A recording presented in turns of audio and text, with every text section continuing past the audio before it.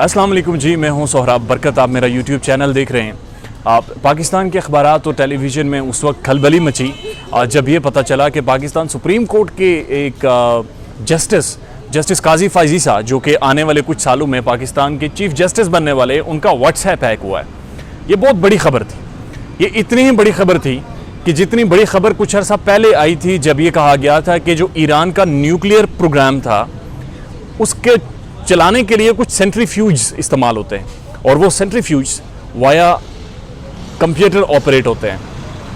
तो कहा यह गया कि वो जो सारे सेंट्रीफ्यूज थे उनके ऊपर एक साइबर अटैक इजराइल की तरफ से किया गया और जो उनका सारा प्रोग्राम था जिसको वो करने वाले थे, दुनिया के सामने करने वाले थे, उस पर तजर्बा करने वाले थे, वो सारा उन्हें रिवर्स बैक करना पड़ा सिर्फ उस एक साइबर अटैक की वजह से।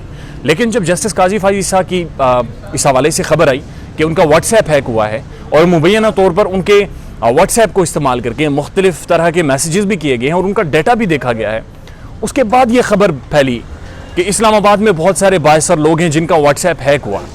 जब हमने इस बारे में IT एक्सपर्ट से बात की और ये समझने की कोशिश की कि आखिर कैसे हो सकता है कि व्हाट्सएप हैक हो और फिर इतनी बड़ी शख्सियत का, वो तो है खैर हैक हो सकता है क्योंकि उनके मुफादात होते हैं मुख्तलिफ तरह के लोकल सतह पर, यानी मेरा और आपका जो हमारी खुफिया मालूमात हमारी व्हाट्सएप में इस वक्त मौजूद है, you know what I mean, मुझे पता है, आपको पता है, वो कैसे कोई हैक करके उसका इस्तेमाल कर सकता है। तो IT एक्सपर्ट ने मुझे 2-3 चीज़ें बताई हैं जो मैं आपके सामने इस छोटे से व्लॉग में रख देता हूँ। पहली बात यह है कि जब आप अपने नंबर पर व्हाट्सएप बनाते हैं, सबसे पहले आप व्हाट्सएप ऐप डाउनलोड करते हैं और वो ऐप आपका मोबाइल नंबर मांगती है। जब आप मोबाइल नंबर डालते हैं तो उसके बाद आपके उसी नंबर पर वो आपको एक कोड सेंड करती है जिसे मेरे ख्याल में OTP बोलते हैं। जब वो OTP आपको सेंड करती है, वही कोड आप दोबारा वहाँ पर डालते हैं तो आपका व्हाट्सएप एक्टिव हो जाता है। इस वक्त यानी अगर मेरा मोबाइल नंबर और मेरा फ़ोन आपके करीब हो, यानी मेरे दोस्त मेरे सामने बैठे हुए हैं और अगर ये अपने फ़ोन में व्हाट्सएप में मेरा नंबर डालेंगे और किसी भी तरह से मेरा फ़ोन लेकर जो OTP मैसेज आएगा वो उस अपने व्हाट्सएप ऐप में डाल देंगे तो मेरा सारे डाटा तक उनकी एक्सेस हो जाएगी, क्योंकि व्हाट्सएप यही समझेगा कि चूँकि जो नंबर डाला था उस पर जो OTP उसने सेंड की वो उन्हीं की है। So this is a very common way to hack WhatsApp, जो कि हो रहा है, पाकिस्तान में हो रहा है। You have to be very careful. इससे बचने का तरीका ये है कि बहुत सारे लोग ये समझते हैं कि वो व्हाट्सएप की प्राइवेसी को महफूज कर सकते हैं अपने फ़ोन लॉक लगा के, यानी अपनी स्क्रीन को लॉक करके। ऐसा नहीं है। इसके अलावा एक और सेटिंग होती है जहाँ पर जाकर आपको व्हाट्सएप की वेरिफिकेशन के लिए एक पिन डालना पड़ता है जो कि 4 डिजिट्स होते हैं या 5 डिजिट्स होते हैं।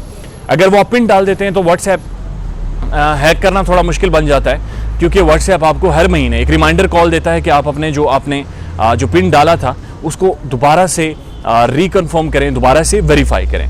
तो दैट इज़ द थिंग कि जहाँ पर आकर व्हाट्सएप हैक करना मुश्किल हो जाता है।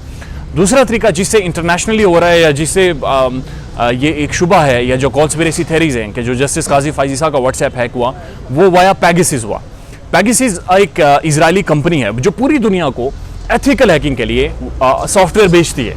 एथिकल हैकिंग से मुराद ये है कि जो रियासतें अपने मुफादात के लिए और या फिर इंटरनेशनल कम्युनिटी अपने मुफादात के लिए उनका इस्तेमाल करती है और उसके थ्रू मुख्तलिफ तरह के अकाउंट्स हैक करके नेशनल सिक्योरिटी की इंफॉर्मेशन लेती है।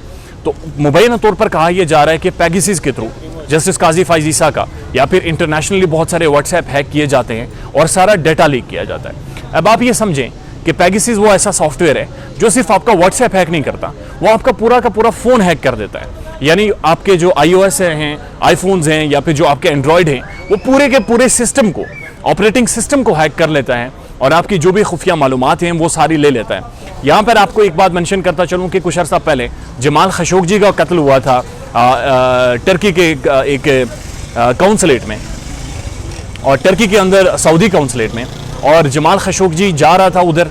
ये सारी जो मालूमात हैं उसकी जो भी मूवमेंट्स थी, मुबैना तौर पर यह कहा गया, ये इंटरनेशनल अखबारात में रिपोर्ट हुआ कि जो मोहम्मद बिन सलमान हैं उन्होंने वाया पेगासस ही उन्हें उनका जो व्हाट्सएप था, उनका मोबाइल फ़ोन था, वो हैक किया और उसके बाद उसको इस तरह से इस्तेमाल किया। अब ये बात आप समझें कि जब भी आप कोई भी डिजिटली इस्तेमाल करते हैं, डिजिटल नेटवर्क इस्तेमाल करते हैं फॉर कम्युनिकेशन, तो आप मुख्तलिफ तरह से हैक हो सकते हैं और हो सकता है कि बहुत सारे लोग किसी ना किसी वजह से उसको हैक करने की कोशिश भी कर रहे हो।